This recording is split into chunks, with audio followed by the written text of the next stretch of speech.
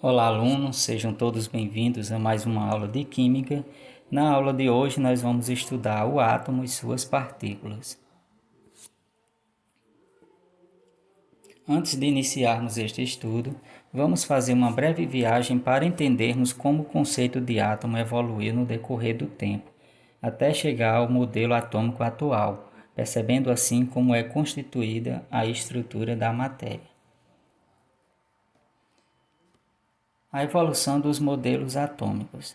A ideia de átomo surgiu lá na Grécia Antiga com o filósofo Demócrito e posteriormente sustentada por Leucipo, um outro filósofo. Segundo eles, a matéria não pode ser dividida infinitamente. A matéria tem um limite com as características do todo. Esse limite seriam partículas bastante pequenas que não poderiam mais ser divididas, no caso, os átomos. A ideia de átomo de Demócrito foi rejeitada pelo filósofo grego Aristóteles, filósofo bastante renomado da antiguidade. Segundo Aristóteles, tudo o que havia no universo era formado pela combinação de quatro elementos. São eles: o ar, a água, a terra e o fogo. Surgiu daí então a teoria dos quatro elementos, sustentada por Aristóteles, a qual dizia que tudo era resultado da combinação do ar, a água, a terra e o fogo. O modelo de Demócrito permaneceu na sombra da ideia de Aristóteles durante mais de 20 séculos. O modelo atômico de Dalton. As ideias de Demócrito permaneceram inalteradas por aproximadamente 2.200 anos. Em 1808, o físico inglês John Dalton retomou-as sob uma nova perspectiva, a experimentação. Daí surgiu o primeiro modelo atômico. Na ciência, nós utilizamos a palavra modelo para representar algo que geralmente não é visto a olho nu. De acordo com Dalton, os átomos são esféricos, maciços, indivisíveis e indestrutíveis. Segundo ele, os átomos de elementos diferentes têm massas diferentes. Os diferentes átomos combinam-se em várias proporções, formando novas substâncias. Ainda segundo Dalton, os átomos não são criados nem destruídos, apenas trocam de parceiros para produzirem novas substâncias. O problema do modelo de Dalton é que ele não explica o fenômeno da eletricidade nem a radioatividade, sendo assim substituído posteriormente pelo modelo atômico de Thomson. O físico Joseph John Thomson propôs que o átomo seria uma espécie de bolha gelatinosa, completamente maciça, onde haveria a totalidade da carga positiva, homogeneamente distribuída. Segundo Aristóteles, nessa bolha estavam incrustados os elétrons, partículas com carga negativa. Com a ideia de elétrons, o átomo já perde aquela característica de indivisível, uma vez que já se sabia que no interior do átomo haviam outras partículas que o permitiam ser divisível. De acordo com Thomson, a carga total do átomo seria igual a zero, já que as cargas positivas anulariam as cargas negativas. O modelo atômico de Thomson, denominado pudim de passas, foi derrubado em 1908 por Ernest Rutherford. O experimento de Rutherford. Nesse ano já se sabia do conceito relacionado à radioatividade. Então, Rutherford propôs a dois de seus alunos que bombardeassem finas folhas de metais com as partículas alfas, partículas estas emitidas por um elemento químico radioativo denominado polônio. Essas partículas alfa, elas posteriormente comprovariam ou não a validade do modelo atômico de Thomson. Como o átomo, segundo Thomson, era uma espécie de bolha gelatinosa completamente neutra, No momento em que as partículas alfa, numa velocidade muito grande, colidissem com seus átomos, passariam direto, podendo sofrer pequeníssimos desvios de suas trajetórias. Caso o modelo de Chomsky estivesse correto, daí essas partículas alfas atravessariam o átomo como se nada existisse. O problema que Rutherford observou foi que a maioria das partículas alfa de fato atravessavam a lâmina de ouro sem sofrer desvios. Porém, algumas partículas sofreram desvios de até 90 graus ao atravessarem a lâmina de ouro. Algumas partículas alfa, ao colidir com a lâmina de ouro, elas retornavam, para outra trajetória. Com isso, Rutherford descobriu que no interior do átomo deveria existir uma massa, uma densidade, a qual impedia que essas partículas alfa emitidas pelo elemento radioativo o atravessavam. Segundo Rutherford, em torno dessa densidade havia um espaço, no átomo, por onde essas partículas atravessavam livremente sem sofrer desvios. Então, como explicar esse fato?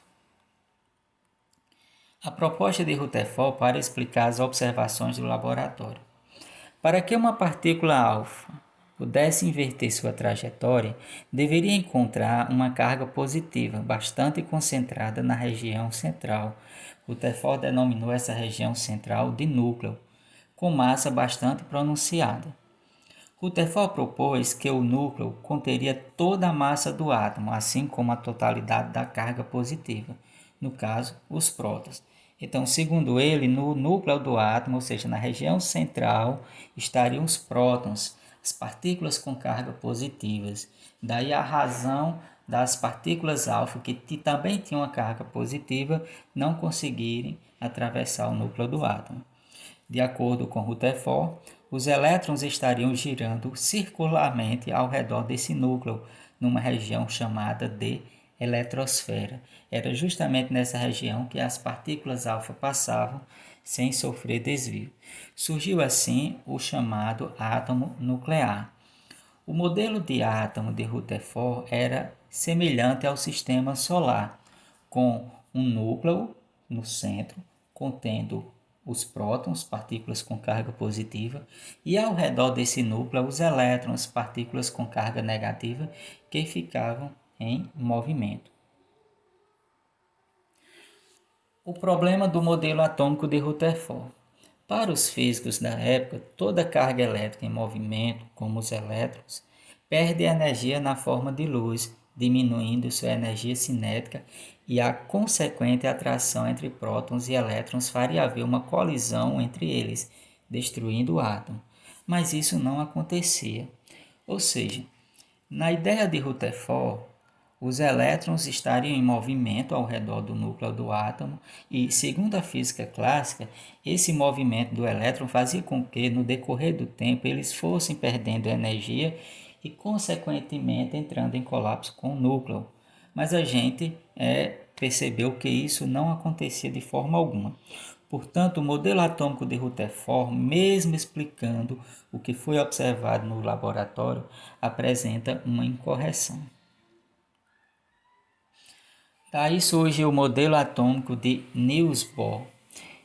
Niels Bohr estudava espectros de emissão de gás hidrogênio.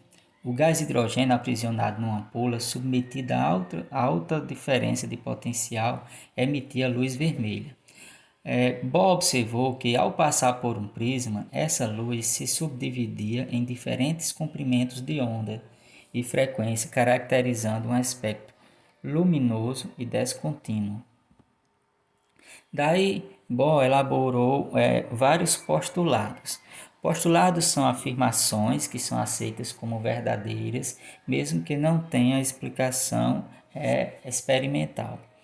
De acordo com Bohr, a eletrosfera está dividida em camadas, ou seja, níveis de energia que ele designou pelas letras K, L, M, N, O, P e Q.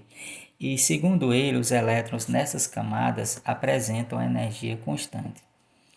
Em sua camada de origem, ou seja, camada estacionária, A energia é constante, mas se o elétron pode saltar para uma camada mais externa, e para tal é necessário que o elétron absorva a energia do exterior. Um elétron que saltou para uma camada de maior energia fica instável e tende a voltar à sua camada de origem. Nessa volta, o elétron devolve a mesma quantidade de energia que havia ganhado para o salto e emite um fóton de luz. Ou seja, quando o elétron se afasta para distante do núcleo do átomo, ele absorve a energia do exterior. Ao retornar, ele libera essa energia na forma de luz. Se o núcleo é formado de partículas positivas, os prótons, por que elas não se repelem? Nós já estudamos que carga positiva repele carga positiva. Então, segundo o modelo de Rutherford, no núcleo do átomo estão os prótons, as cargas positivas. O que é que faziam com que essas cargas permanecessem juntas lá no núcleo? Essa resposta ela ocorreu no ano de 1932, quando o físico inglês James Chadwick descobriu que no interior do átomo, além de prótons, haviam outras partículas que não apresentavam nenhum tipo de carga elétrica, no caso, os nêutrons. A função dos nêutrons seria, portanto, manter essa estabilidade nuclear, evitando que o núcleo do átomo se desintegre, ou seja, evitando a repulsão entre um próton e outro. Por essa descoberta, James Chadwick ganhou o Prêmio Nobel de Física em 1935. Identificando um átomo. O que identifica um átomo? O que identifica um átomo nada mais é do que o seu número atômico, ou seja, o número de prótons que um átomo apresenta em seu núcleo. Todo átomo tem prótons, nêutrons e elétrons, com exceção do átomo de hidrogênio, que não tem nêutrons. Pois bem, o número de prótons de um átomo está relacionado ao seu número atômico, ou seja, o número que caracteriza esse átomo. Então, os diferentes tipos de átomos são identificados pela quantidade de prótons que possui. Assim sendo, o conjunto de átomos com o mesmo número de prótons nós chamamos de elemento químico. Lembrando que o número atômico de um átomo corresponde ao número de prótons que ele possui, e é o número atômico que caracteriza o átomo, ou seja, que classifica o átomo como sendo pertencente a um determinado elemento químico. Por exemplo, o átomo de hélio possui 2 prótons, logo seu número atômico é igual a 2. Número de massa. O número de massa corresponde à soma do número de prótons com o número de nêutrons, ou seja, o número atômico com o número de nêutrons. Para representar a massa, nós utilizamos a letra A. Então, a massa A é igual ao número de prótons mais o número de nêutrons, ou o número atômico Z somado com o número de nêutrons. Por exemplo, um átomo possui 4 prótons e 5 nêutrons. Qual é o seu número de massa? O número de massa desse átomo será, portanto, 4 mais 5, que dá igual a 9. A massa atômica está praticamente toda concentrada no núcleo do átomo, visto que a massa do elétron é praticamente desprezível se comparada com a do próton ou a do nêutron. Elemento químico. Chamamos de elemento químico um conjunto de átomos que possui mesmo número de prótons em seu núcleo, ou seja, mesmo número atômico. Para representar um elemento químico, nós utilizamos um símbolo. Para escrever essa representação, nós escrevemos o símbolo, abaixo do símbolo o número atômico e acima do símbolo o número de massa. Vejamos os exemplos aí. O elemento químico carbono, representado pelo símbolo C, possui 6 prótons e sua massa é 12, ou seja, o número atômico 6 e o número de massa 12. O átomo do elemento químico ferro possui número atômico 26 e número de massa 56. Já o cloro, número atômico 17 e número de massa 35. Esta é a forma de representar um elemento químico. Íons. É importante entender que em um átomo o número de cargas positivas é sempre igual ao número de cargas negativas, ou seja, o número de prótons é igual ao número de elétrons. Acontece que, por determinadas circunstâncias, um átomo pode vir a perder ou receber elétrons. Quando isso acontece, nós dizemos que houve a formação de um íon. Então, um íon portanto, o resultado de um átomo que ganhou ou que perdeu elétrons. Os íons são classificados em dois tipos, os cátions e os ânions. Os cátions são os íons com cargas positivas e os ânions são os íons com cargas negativas. O cátion é o íon que perdeu elétrons, o ânion é o íon que ganhou elétrons.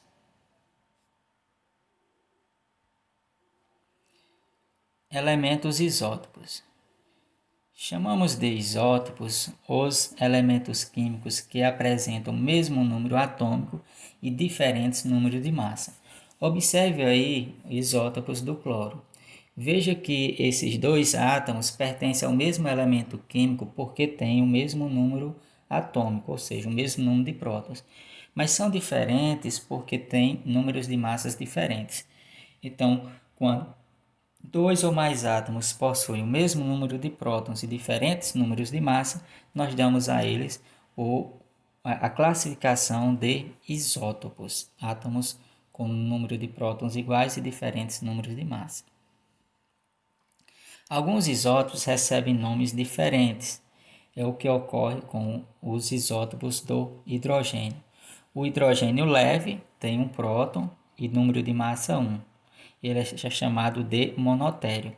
Já o hidrogênio pesado, chamado de deutério, tem um próton e número de massa 2. O isótopo deles, o trítio, tem número atômico 1 e número de massa 3. Esses três átomos pertencem ao mesmo elemento químico que é o hidrogênio, mas são diferentes no número de massa, portanto são chamados de isótopos. Isóbaros. Isóbaros são átomos de elementos químicos que têm o mesmo número de massa, mas possuem números atômicos diferentes. Portanto, isóbaros são átomos de elementos químicos diferentes. Veja o exemplo: o cálcio é isótopo do potássio, é isóbaro do potássio. Por que o cálcio é isóbaro do potássio? Porque ambos possuem o mesmo número de massa, no caso 40, mas diferem no número de prótons. No cálcio é 20 e no potássio é 19. Isótomos. Chamamos de isótomos átomos de elementos químicos que apresentam o mesmo número de nêutrons. O cálcio e o potássio aí também são isótonos. Se nós subtrairmos a massa pelo número de prótons de cada átomo, nós vamos perceber que essa diferença dá igual a 20. Portanto, os átomos de cálcio e de potássio, na ocasião, são isótonos, porque têm o mesmo número de nêutrons. Elementos isoeletrônicos. São elementos isoeletrônicos aqueles que apresentam o mesmo número de elétrons. Nós podemos até chamá-los de íons isoeletrônicos. Temos aí os exemplos. O íon sódio, representado pelo Na+, possui 10 elétrons. O íon O2- possui também 10 elétrons, assim como o átomo de neônio. Então, essas três espécies químicas são isoeletrônicos, porque possuem o mesmo número de elétrons. Principais características das partículas elementares do átomo. Então, o elétron tem símbolo E, encontra-se na eletrosfera do átomo, sua carga é negativa de valor 1,6 vezes 10 elevado a menos 19 coulomb. A massa do elétron é 1 para 1840, ou seja, é 1840 vezes menor do que a massa do próton. E sua massa está descrita aí, 11 vezes 10 a menos 28 gramas. O próton encontra-se no núcleo do átomo, seu símbolo é P. A carga do próton tem mesmo valor da carga do elétron, porém de sinal contrário, ou seja, positivo. Sua massa é 1. O nêutron está também no núcleo do átomo, juntamente com os prótons, tem símbolo N, não possui carga, sua carga tem valor zero, sua massa é aproximadamente igual à do próton.